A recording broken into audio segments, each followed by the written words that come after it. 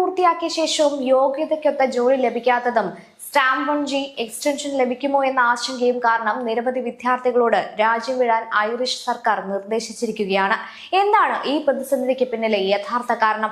എന്തുകൊണ്ടാണ് ആയിരക്കണക്കിന് ഇന്ത്യൻ വിദ്യാർത്ഥികൾ വലിയ സാമ്പത്തികവും മാനസികവുമായ പ്രതിസന്ധിയിലേക്ക് തള്ളപ്പെടുന്നത്?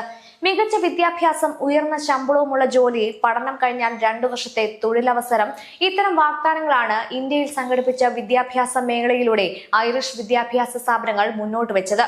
സർക്കാർ പിന്തുണയോടെയും പഞ്ചനക്ഷത്ര ഹോട്ടലുകളിലുമായി സംഘടിപ്പിച്ച റോഡ് ഷോകളിലൂടെ ആയിരക്കണക്കിന് ഇന്ത്യൻ വിദ്യാർത്ഥികളെയാണ് അയർലൻഡിലേക്ക് ആകർഷിച്ചത്.